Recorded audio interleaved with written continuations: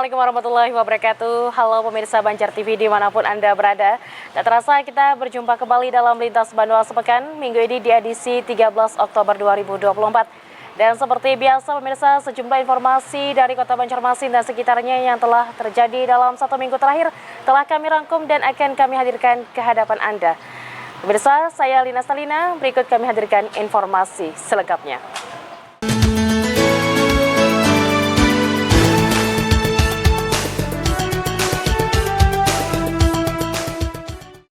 Bekali perjumpaan kita dalam Lintas Bandung Sepekan minggu ini, pemirsa, Ketua DPRD Kalsel definitif yang baru saja diambil sumpahnya PNHK mengaku prihatin atas kejadian operasi senyap tangkap tangan yang dilakukan oleh KPK terhadap beberapa oknum pejabat pemerintah Provinsi Kalimantan Selatan.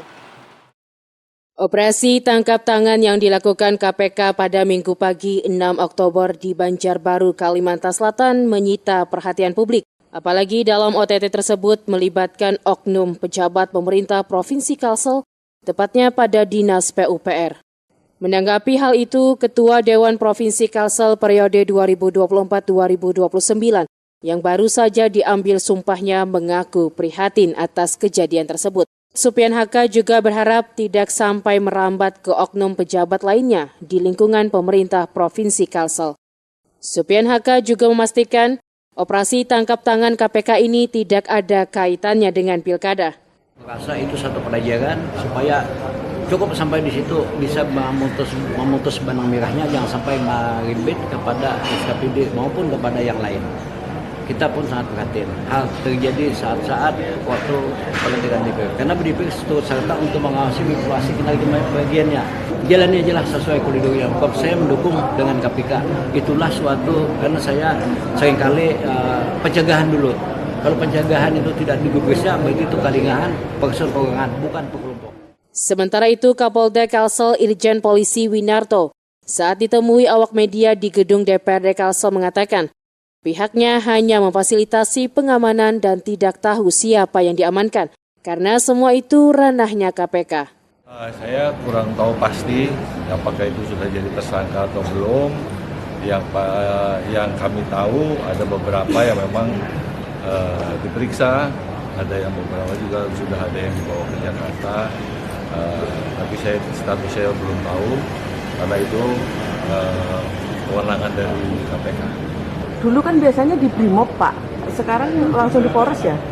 Ya, itu tergantung dari permintaan mereka dan situasi yang dianggap aman di wilayah Kalimantan Selatan.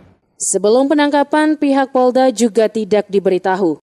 Koordinasi juga hanya sebatas pengamanan dan menyiapkan tempat di Polres Banjarbaru, tepatnya pada Minggu pagi 6 Oktober 2024. Tim Liputan Banjar TV.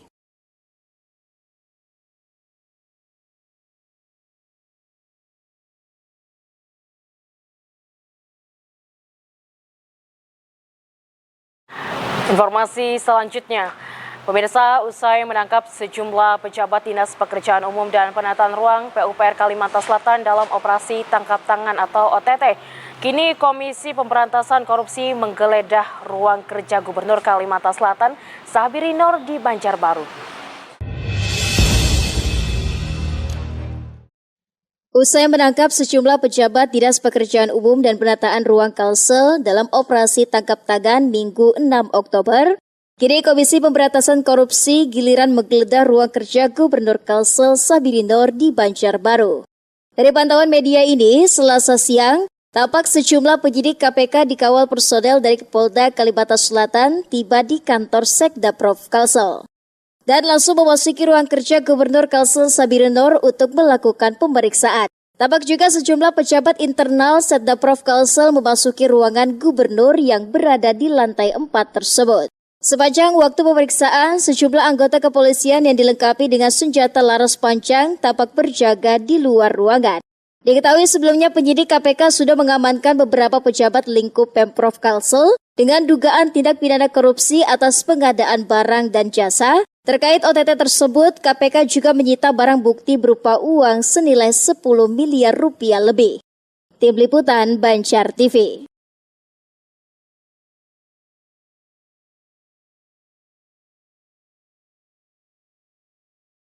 Berikutnya, Komisi Pemberantasan Korupsi resmi menetapkan Gubernur Kalsel Sahbiri Nur sebagai tersangka dugaan suap dan gratifikasi.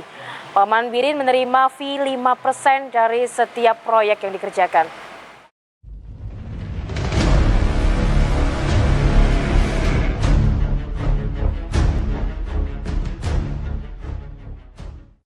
Berdasarkan hasil rilis perkara OTT dugaan suap proyek Dinas PUPR Kalsel di kanal YouTube KPK RI di Jakarta pada Selasa 8 Oktober 2024. Selain 6 tersangka, Komisi Pemberantasan Korupsi juga menetapkan tersangka Gubernur Kalimantan Selatan atau SHB terkait dugaan korupsi berupa penerimaan hadiah atau suap pada 3 proyek besar di Dinas Pekerjaan Umum dan Penataan Ruang atau PUPR Kalsel. Selain Paman Birin, 6 tersangka lainnya itu adalah Kepala Dinas PUPR Kalsel SOL, Kabid Cipta Karya yang juga PPK di Dinas PUPR YUL, Pengurus Rumah Tahfiz Darussalam AMD, PLT Kabak Bagian Rumah Tangga Gubernur Kalsel FEB, serta 2 orang pihak swasta yakni YUD dan AND. Dalam konferensi, Wakil Ketua KPK Nurul Gufron menjelaskan, penetapan para tersangka hasil operasi tangkap tangan Kalsel itu berkaitan dengan 3 proyek pembangunan. Proyek pertama itu adalah pembangunan lapangan sepak bola di kawasan olahraga terintegrasi Provinsi Kalsel dengan penyedia terpilih PT Wiswani Karya Mandiri dan nilai pekerjaan sebesar 23 miliar. Kedua, pembangunan Samsat terpadu dengan penyedia terpilih PT Haryadi Indo Utama dengan nilai pekerjaan 22 miliar. Proyek ketiga ialah pembangunan kolam renang di kawasan olahraga terintegrasi Provinsi Kalsel dengan penyedia terpilih CV Bangun Banua Bersama atau BBB dengan nilai proyek 9 miliar rupiah. Gufron menjelaskan modus rasuah dalam proyek ini dilakukan dengan rekayasa pengadaan. Tersangka diduga memberikan bocoran HPS atau harga perkiraan sendiri dan kualifikasi perusahaan yang mendapatkan lelang. Berikut penjelasan singkat dari Wakil KPK RI Nurul Gufron di Gedung Merah Putih, Jakarta. Dari hasil penyelidikan diketahui salah satu penyedia yang diplotting sebagai pelaksana ataupun pemenangnya untuk melaksanakan proyek tersebut adalah saudara YUD bersama AND, yaitu untuk beberapa pekerjaan.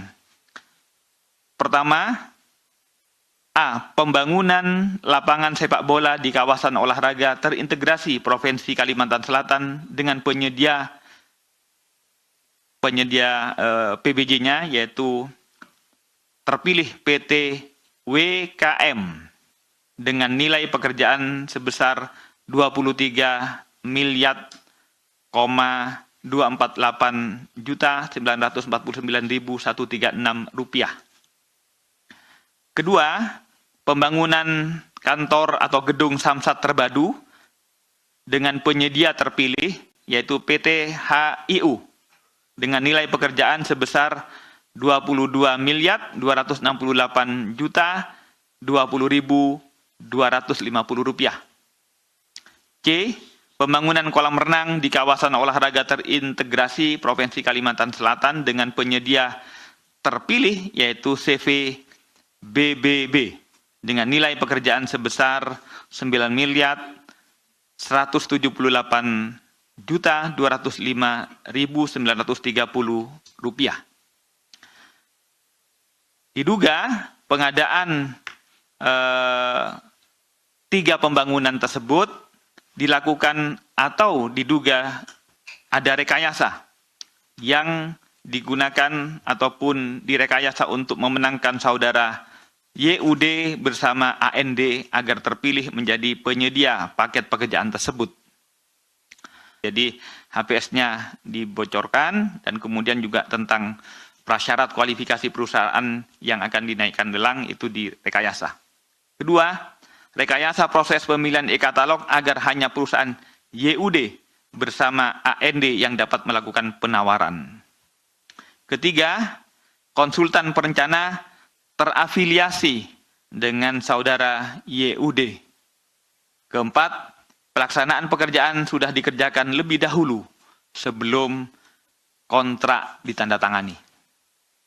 bahwa atas terpilihnya saudara YUD bersama AND sebagai penyedia pekerjaan di Dinas PUPR Provinsi Kalimantan itu didasari atas sebuah komitmen fee sebesar 2,5 untuk PPK dan 5% untuk gubernur. Selain pihak-pihak tadi, penyidik KPK juga mengamankan sejumlah barang bukti, di antaranya dari saudara AMD, yaitu A. 1 buah kardus coklat berisi uang 1 miliar. B. 1 buah tas duffel warna hitam berisi uang 1,2 miliar. C. 1 buah tas ransel warna hitam berisikan uang 1 miliar. D. 1 buah kardus kuning dengan foto wajah paman berisikan uang 800 juta. E.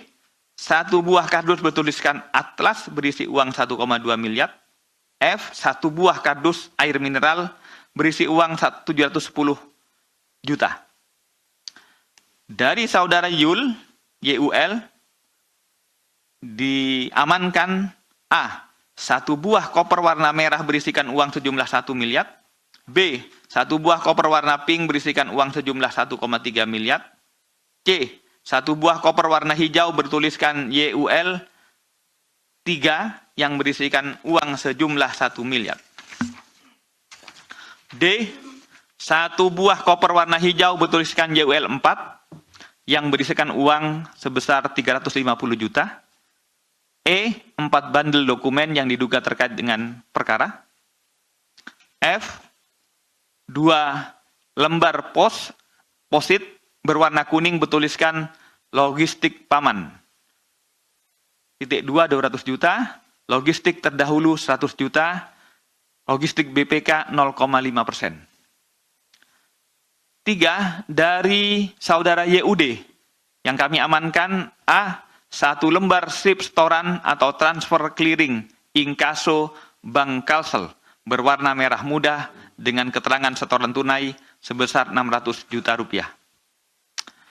Keempat, dari saudara FEB kami amankan di antaranya A. 1 buah koper warna pink berisikan uang 1 miliar rupiah. B. 1 buah koper warna merah berisikan uang 1 miliar rupiah. C. 1 buah koper warna abu-abu berisikan uang 1 miliar rupiah. D. 1 buah kresek hitam besar yang berisi uang sebesar 500 USD dan 236.960.000.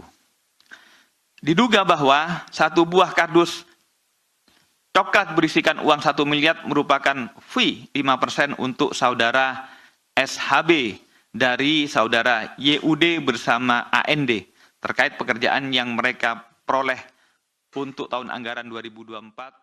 Tim Liputan, Banjar TV. Pemirsa, Sekretaris Umum MUI Kalimantan Selatan bersama Bawaslu dan Forum Kerukunan Umat Beragama mendorong semua kalangan untuk mencegah politik uang. Karena jika terjadi dikhawatirkan membuat kandidat terpilih melakukan korupsi dan bisa diusut KPK. Setidaknya hal ini disampaikan Sekretaris Umum Majelis Ulama Indonesia Provinsi Kalsel saat mengikuti sosialisasi pengawasan pemilihan partisipatif di Hotel Arya Barito Banjarmasin, Rabu malam 9 Oktober 2024. Ia pun mengajak semua peserta yang berhadir agar bersama mencegah politik uang. Karena menurutnya, para kandidat yang melakukan praktek tersebut dikhawatirkan bisa menyelewengkan uang negara jika terpilih nanti. Kenapa? Kalau itu yang dilakukan, hari ini mereka pejabat, besok bisa menjadi penjahat karena ditahan polisi, ditahan jaksa, dan ditahan KPK. Nah, itu himbauannya.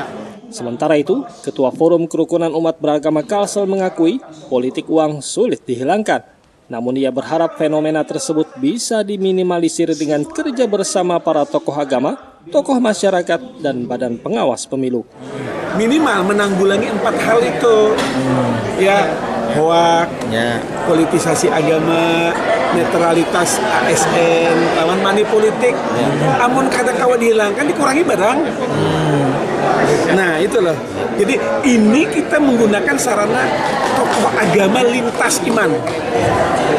Dan itu juga seruannya adalah jangan sampai menggunakan tempat ibadah, masjid, gereja, pura, kemudian tempat pendidikan.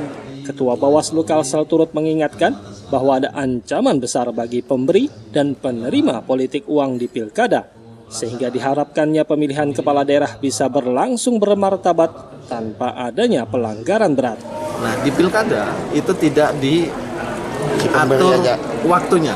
Kapanpun dia ada money politik sejak penetapan paslon sampai nanti hari pemungutan, pasca pemungutan juga, karena bisa jadi kan pasca bayar. Nah, itu tidak hanya pada pemberi, penerimanya juga akan dikenakan sanksi pidana yang sama, yaitu minimal 3 tahun, maksimal 72 bulan, denda 20 juta. Sosialisasi ini dijadwalkan berlangsung 3 hari yang diikuti perwakilan dari organisasi keagamaan, akademisi, dan pihak terkait lainnya dengan tema peran MUI dan FKUB sebagai pilar utama yang mengelola harmoni kehidupan beragama dalam upaya mencegah terjadinya pelanggaran politisasi sara dan hoaks, politisasi identitas, ujaran kebencian, dan politik uang. Ahmad Makfur, Banjar TV. Kita ke informasi selanjutnya, pemirsa. Proses pemeriksaan dugaan pelanggaran kode etik aparatur sipil negara terhadap Kepala Dinas Sosial P3A P2KB Kabupaten Banjar, Dian Marliana, dinyatakan telah selesai dengan permohonan maaf yang disampaikan Dian kepada DPRD Banjar. Sementara proses mediasi dengan para pegawai di Dinas Sosial masih berjalan. Kepala Badan Kepegawaian dan Pengembangan Sumber Daya Manusia Kabupaten Banjar sekaligus Sekretaris Majelis Kode Etik Erni Wahdini memastikan proses pemeriksaan terhadap Kepala Dinas Sosial Kabupaten Banjar Dian Marliana telah selesai. Berdasarkan hasil pemeriksaan yang bersangkutan, dinyatakan ada pelanggaran kode etik, sedang sanksi yang diberikan yakni permintaan maaf terbuka dan tertutup sudah disampaikan yang bersangkutan. Menurut Erni, informasi dan data dugaan pelanggaran ternyata tidak cukup untuk menonaktifkan Dian Marliana, sehingga sesuai aturan yang berlaku harus dikembalikan ke jabatan semula. Sementara itu, terkait penolakan pegawai Dinas Sosial P3A P2KB Kabupaten Banjar terhadap kembalinya sang atasan, Erni mengatakan pihaknya masih melakukan proses mediasi sampai batas waktu yang belum bisa ditentukan. Kesepakatan itu secara subjektif antara pimpinan dan stafnya, dan kita coba mediasi kan. Lagi dari bulan? Iya, ini kan proses mediasi. Oke. Mungkin sampai kapan, Bu? Sampai waktu yang belum bisa ditentukan. Bu. Jadi mohon bantuannya kayak apa supaya kondusif. Seperti yang diberitakan sebelumnya, Kepala Dinas Sosial P3A P2KB Kabupaten Banjar Dian Marliana dinonjobkan dari jabatannya lantaran adanya aduan dugaan pelanggaran kode etik yang ditujukan padanya. Dan saat ini ia masih menjalani masa cuti hingga 23 Oktober mendatang. Wacana kembalinya Dian ke Dinas Sosial rupanya menuai protes dan penolakan bawahannya, hingga berujung penguncian ruang kerja yang bersangkutan. Saat ini pemerintah Kabupaten Banjar tengah melakukan audit, baik dari sisi kepegawaian, manajemen keuangan, dan hal lainnya. Ahmad Ramadhani, Banjar TV. Pemirsa, tetaplah bersama kami dalam Lintas Banua Sepekan. Usai jeda akan kami hadirkan media gathering Bawaslu Kalimantan Selatan Kawal Pilkada 2024.